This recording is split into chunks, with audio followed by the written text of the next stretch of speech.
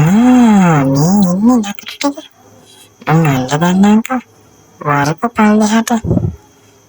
මට අල්ලගන්න බෑ කියලා නේ හිතන් ඉන්නේ. ඒවා කොහෙද? මම ඉන්නකෝ. කොයි වෙලාවෙ හරි එන්නේ.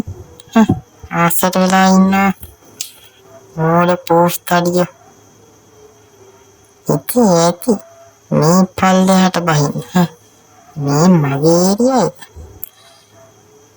ඔතන්ට වෙලා තමයි ඉන්න වෙන්නේ. බලමුකෝ කොහොමද පල්ලෙහාට එන්නේ කියලා.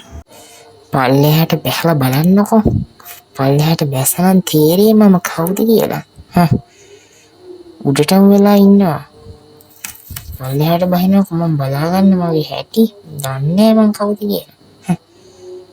මගේ මේ බලු නම්බුවම මේක. මගේ ඒරියා එකට ඇවිල්ලා මට සද්ද දාන්න. බලන් ඉන්න හැටි. පෝස්ට් ආඩියෝ ටික එනවාක පල්ලෙහාට මම බලාගන්න. නැද්දානේ. මේ මට මගේ තැනට ඇවිල්ලා මට සද්ද දාන්න. කවුරු කියලාද දන්නේ හිතන් ඉන්නේ.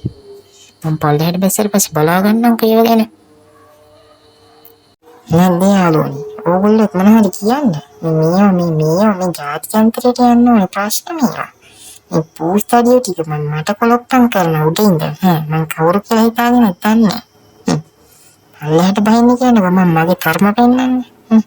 මෝඩ පෝස්ට් ආඩියෝ ටික මං කවුරු කියලා හිතාගෙන දන්නේ මෙහෙම කරන්නේ. මේවට හඬ නගන්න ඕනේ යාළුවනේ. මේ පෝස්ට් ආඩියෝ ටික මේ ලෝකෙම තුරන් කරන්න ඕනේ. පෝස්ට් ආඩියෝ යවන උද්ඝෝෂණයක් අපි ගේන්න ඕනේ. බල සංගමයක් ආරම්භ කරන්න ඕනේ.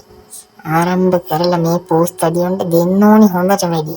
රැට කෑ ගහනවා මෙතන කනක් ඇහිලා ඉන්නේ. දැන් මේ මට පේන්නේ නෑ මෙතන සද්ද දාන්න. මට ආවොනවා නම් මම පෙන්නනවා මේ පෝස්ට් ආඩියන්ට මගේ තරම කොහොමද කියලා. බහිනවක බිමට මම පෙන්නන්න.